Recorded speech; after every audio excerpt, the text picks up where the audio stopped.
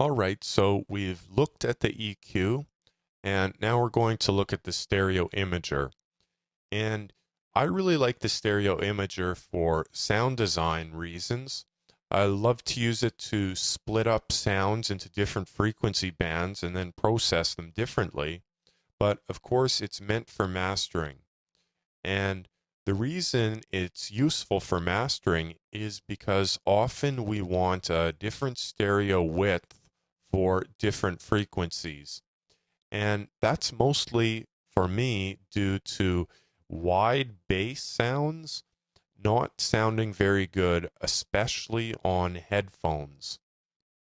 If you have a lot of stereo material in your bass line or in your kick drum or anywhere in that low end, it can play havoc with your mix and it can cause weird beating sounds with other mix elements. So for that reason, it's a great idea to use a stereo imager to at least cut off some of the width of the bass track.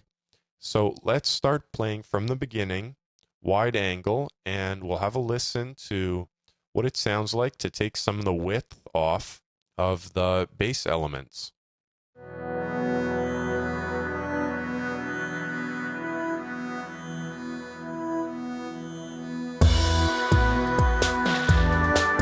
Okay, this section will work for us. So the first thing we should do is solo the low band. Okay, and then change the crossover frequency. We might not want this 1.2 kilohertz. I think that's a little bit high for what we'd like to make more mono.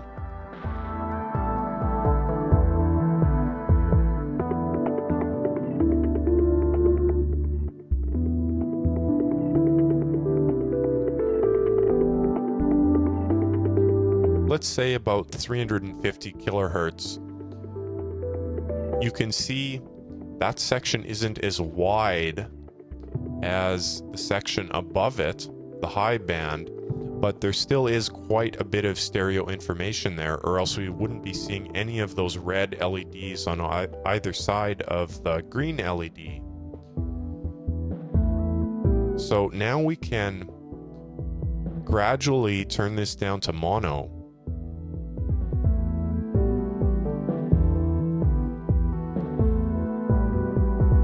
You can hear how much more stable, but also how simple that sounds.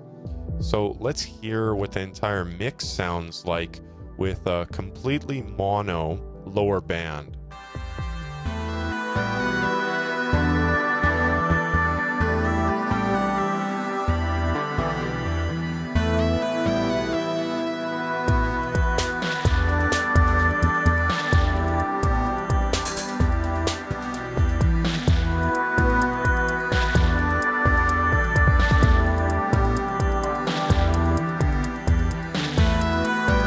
So there's surprisingly not that much difference.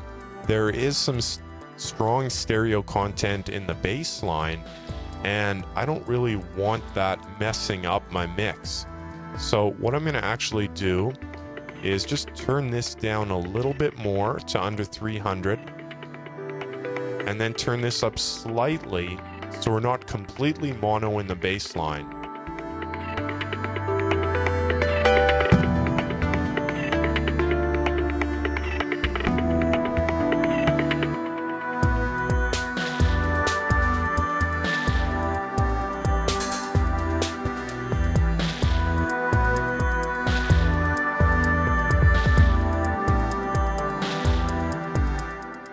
I think that's actually quite a large improvement.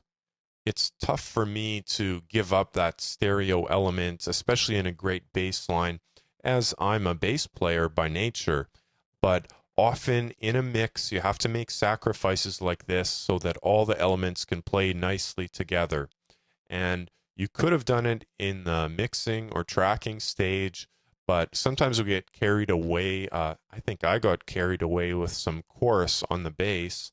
So it's always nice in the mastering stage to just use a little bit of sanity and get rid of a lot of that stereo information from the lower band.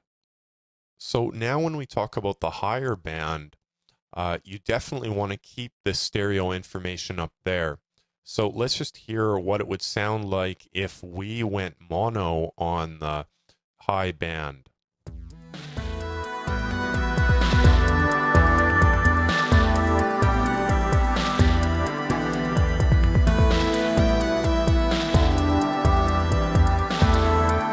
So that's definitely not something that we want.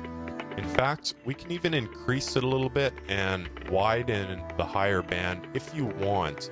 It's up to your taste. You have to remember that you probably panned each track carefully, and does that really need to be changed? For me, I like to widen a little bit because what I hear with my headphones actually sounds wider than it will when it's on speakers.